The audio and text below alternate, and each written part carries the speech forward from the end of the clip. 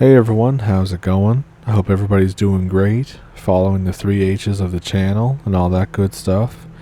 And in this video, I got some missing time, some shadow people, some cryptids, and Australia. So, if that sounds like something you're interested in, definitely pull up a stump with me, and let's jump into it. Thank you for watching. Everyone I know who went to basic training at Fort Benning swears behind seeing something in the field. I had one such incident during my final training exercise.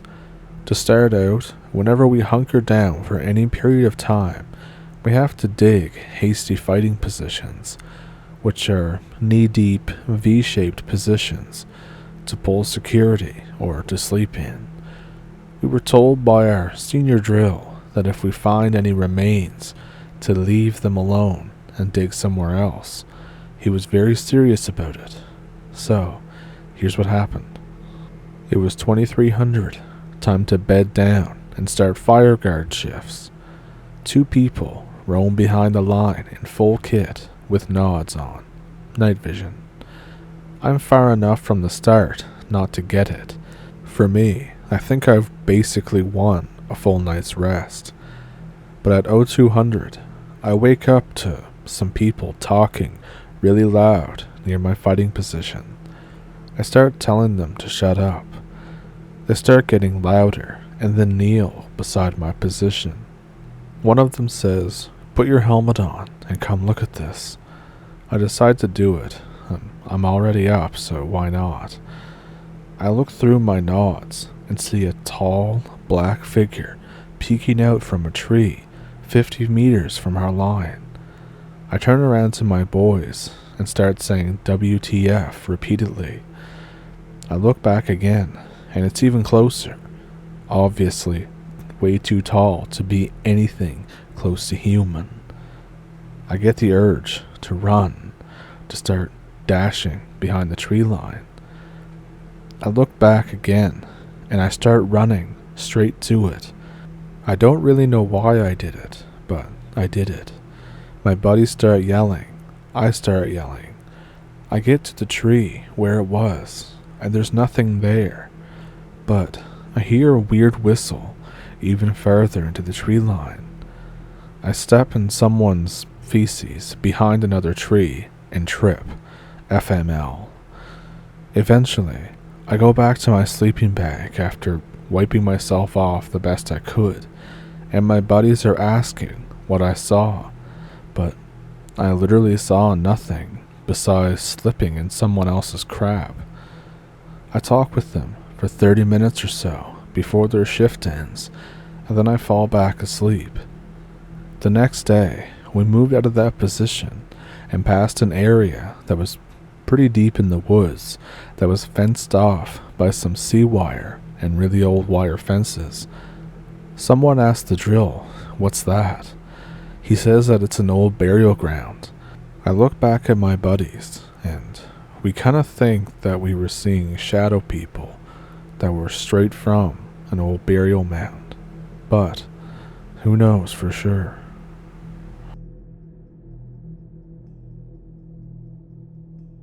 When I was a teenager, my parents used to work all day and into the evening, so I was pretty much always home alone. Around 1 p.m. or so, I heard a weird, loud, wet noise in the bathroom. I walked slowly toward it, being like, oh great, somebody broke in.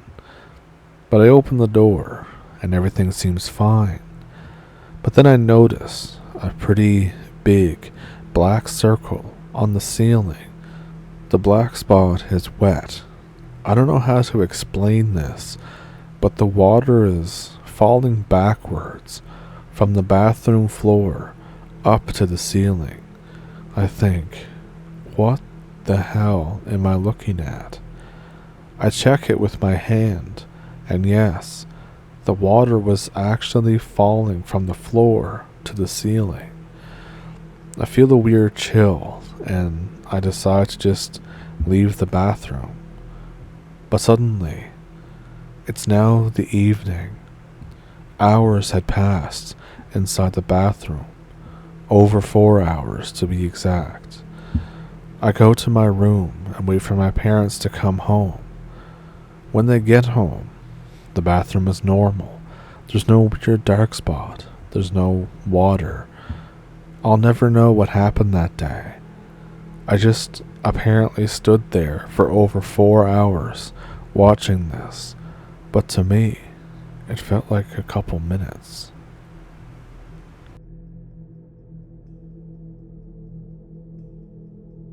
For some of you, this is going to be common baby high strangeness, but for me, it was my first experience with anything like this and was quite scary to me. I was just a kid, and I just got done playing with my friends. I believe we were in my yard at the time. It was 8 p.m. We were playing pretend astronauts or something like that. Everyone goes inside because my ma was making cookie bars. I look across the way to where my grandma was living, parallel to my house. I see this big, 9-foot tall looking guy. He's completely pitch black. He has his hands in his trench coat pockets.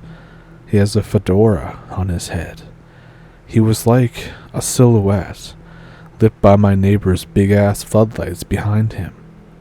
I was a dumb kid and wanted to share, so I called out to him and asked him if he wanted a cookie bar. I don't know how, but I feel like he looked at me. Then, he dashed to his left and ducked behind a telephone pole. As an even bigger dumb kid move, I go over to see who he is behind the telephone pole. By the time I get over there, again, this is a lawn with just a telephone pole. He's completely disappeared behind this thing that's like maybe 1.5 feet in diameter. And like I just said, all around it was just my grandmother's lawn. There were no woods. It was only in high school when I learned about shadow people from some kid in my shop class who was talking about it. It wasn't super creepy by any means, but it was really surreal and, creepy to me. And it was actually a weird experience from my childhood. When I look back at it, I don't feel fear, almost nostalgia. Like he was there, but I just wasn't supposed to see him. There's a lot of complex emotions that I feel whenever I recall the story.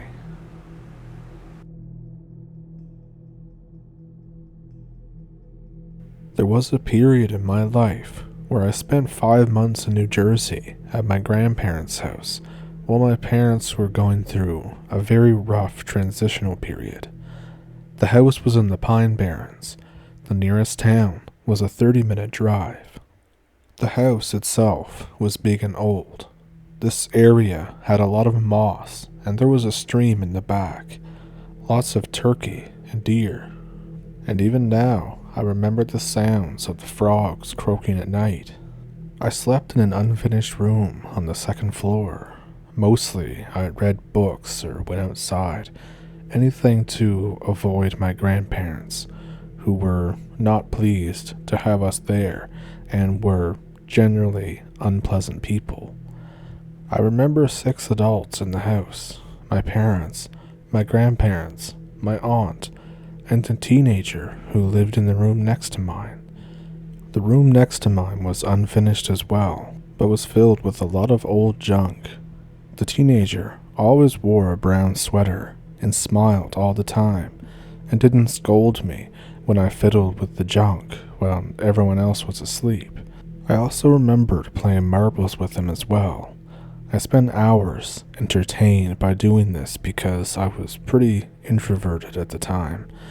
My sister also played with him, but she was younger than me. I didn't say anything to my parents because I honestly didn't want them to find out about me sneaking around or anything. But it gets weird here, so fast forward a few years and life changes. We move out. I learned that my mother once had a younger brother who died while high on drugs while swimming in the local river, and it really screwed up the family. I didn't recall what the teenager's face looked like, but to this day I have been reassured on many occasions that at that time I did not have any teenage cousins. But when I brought up the fact about him wearing a brown sweater, my mom looked at me and said that her brother's favorite sweater was brown. I can't help but thinking that this was my uncle coming back to keep us entertained during a very difficult time in the family.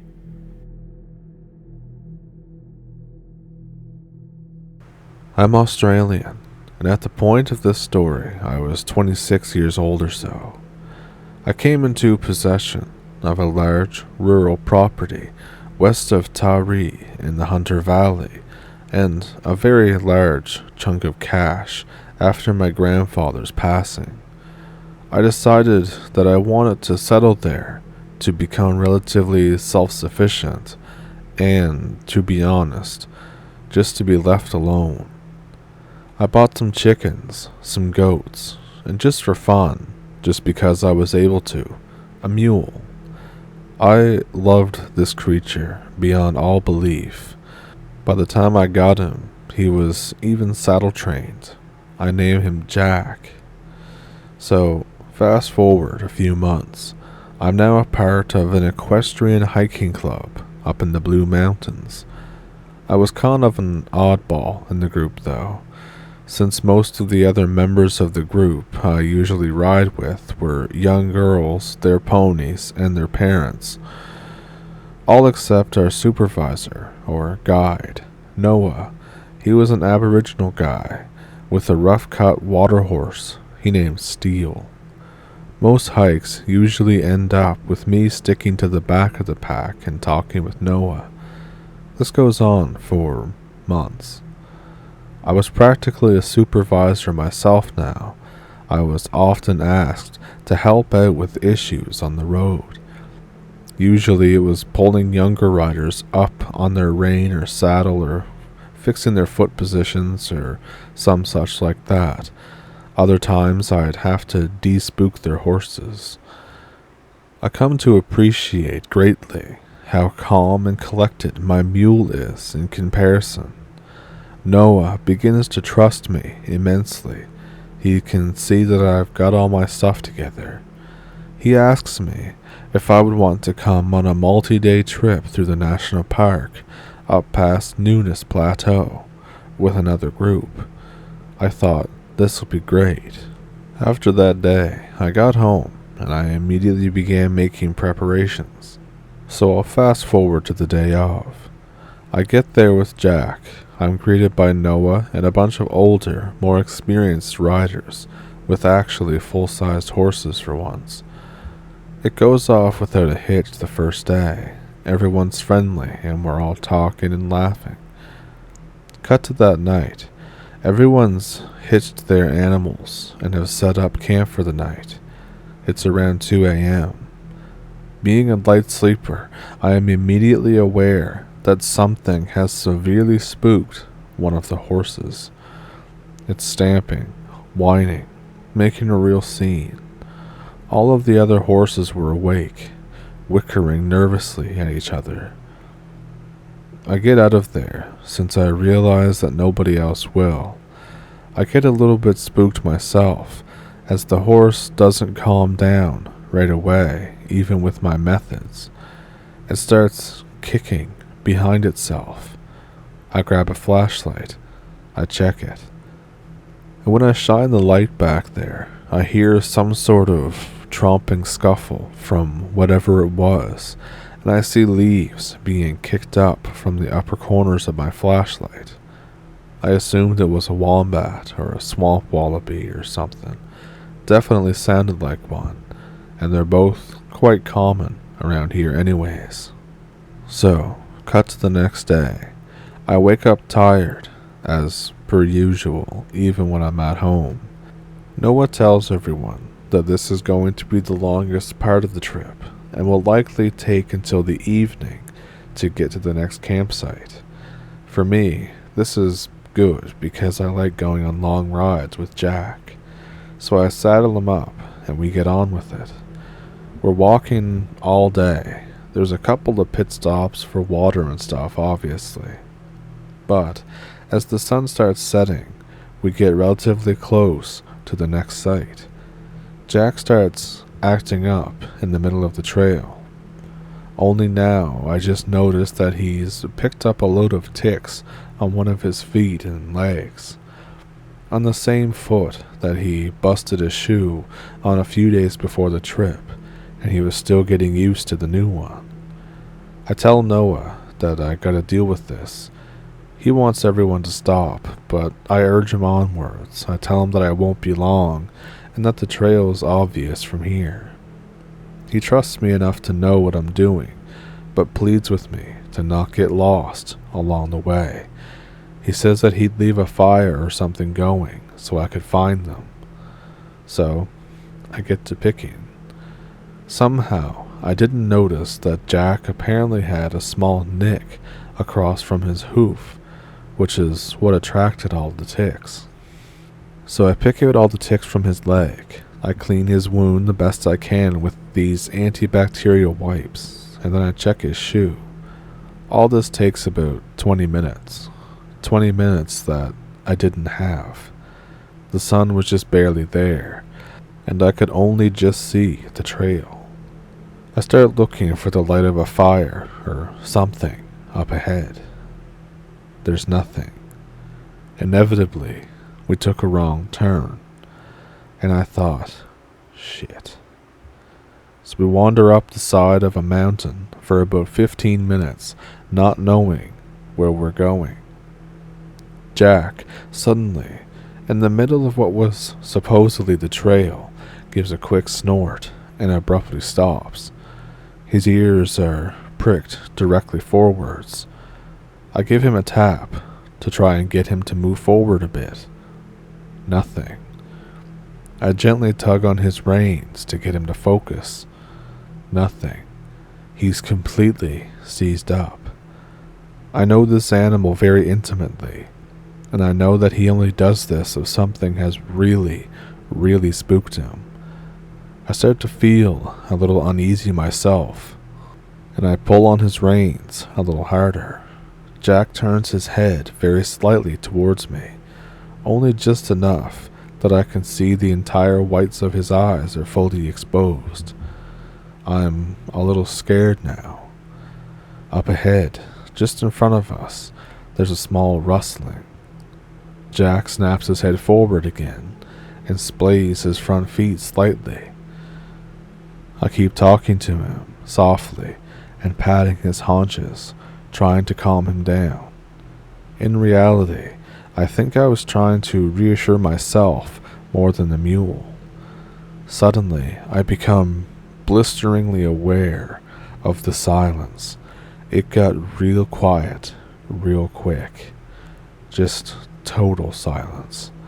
No owls, no possums calling out, no frogs, not even crickets. Nothing but my own, slightly labored breathing. Then, I hear a small rock get dislodged behind us. Jack flinches and starts slowly stepping back. Instantly, I hear that tromping scuttle that I heard before coming at us, behind and in front. Jack flips his shit. He makes a sound I have never heard come out of an animal before or since. He jumps a full foot into the air with a sprawling rear-legged kick, almost completely throwing me from his saddle, and then bolts down the mountain at breakneck speed. Meanwhile, during that jump, one of my boots got caught in the left stirrup iron. Now I'm being dragged over jagged rocks down a mountain at immense speeds by my left leg that's still attached to the saddle of a terrified mule. Despite protecting my head with my arm, I'm still acutely aware that the scuttling sound is now directly next to us. I can barely see anything. It's almost completely dark, only that I can just make out leaves and rocks and stuff that are being kicked up about a meter next to us. Yet somehow, this thing manages to keep the pace. I'm desperately trying to make purchase on anything that I can to try and pull myself up back onto the saddle. I managed to somehow grab onto what I can only assume was the saddle flap and hoist myself up a little way. This was a bad idea. The arm that was protecting my head makes violent contact with a massive rock that was pointing out of the ground. My wrist gets dislocated. As you can imagine, this hurt. Not a moment after, the scuttling to my side gets much louder, and I feel what I can only picture to be a talon strike on the side of my head, making a deep cut just above my temple. One might assume, under normal circumstances, that it was another rock, but rocks don't exactly cling to you in the place they cut you. Jack cries out and almost tramples me, trying not to trip over himself. Somehow, I managed to flail my body upwards enough to give me enough clarity to grab onto the saddle's pommel without my legs slipping through the stirrup and hoist myself back up with one hand. Basically, I'm clinging to Jack for dear life now. My face keeps getting whapped by tree branches as we finally manage to reach the bottom of the mountain, directly into camp. I didn't even notice the light of the bonfire we were rushing towards. I had my head down, focusing on the trees, and that ever-impending, ever-closing in, scuttling next to us on both sides. Jack apparently also didn't expect this, as when he suddenly hit flat ground after the downwards incline, he completely toppled over, now fully throwing me from the saddle and onto the hard stony dirt below. He was fine, I was not. He got up almost immediately, kicking and braying and spooking all the other horses and sending everyone in the camp into a panic. I just writhed there for a moment, winded and in a lot of pain, just trying to get up and run or something. Noah rushes to me, hands all over me, trying to set me right. In his defense, I did have blood streaming from the side of my head, was covered in deep scratches, and had a limp wrist. I managed to wheeze out, "Hand me a flashlight." He said, "A flashlight? You need a doctor." I yelled, "Hand me an effing flashlight." I could still hear them. The scuttling, the rustling. It was there, pacing around the camp. The spooked brays and squeals of the horses and the concerned babbling of the people in the camp almost seemed muffled in comparison to the sound of what I knew was there, pacing around the edges of the fire's light. I got handed my flashlight. I could hear one of them, not but 10 meters away. I shined my light directly at where I knew it was. Nothing. That flurry of leaves and small twigs that were kicked up as it skittered up the small gully like a frightened lizard. But there was no thing, no form there to be seen. I turn off the flashlight. I turn to Noah. I say, "We can't stay here tonight." He says, "What do you mean? What did you see?" I stand up and look at him dead in the face. I say, "We can't stay here tonight." I don't actually remember much after that. I know Noah patched me up and was very creeped out, and would talk the rest of the night about shadows along the firelight. We were forced to stay there the night, but I refused to let anyone douse the fire, and everyone and their horses ended up staying up all night. Everyone blamed me for being tired the next morning and having to cut the trip short so I could get proper medical attention. I didn't really care. All I remember doing is sitting on a log, listening to those things circle our camp until sunrise, and then spending about 4 days in hospital while my brother took care of Jack. Obviously, I haven't been back there since. I never really did find out what they were, but it's something with a talon. That's all I can tell you.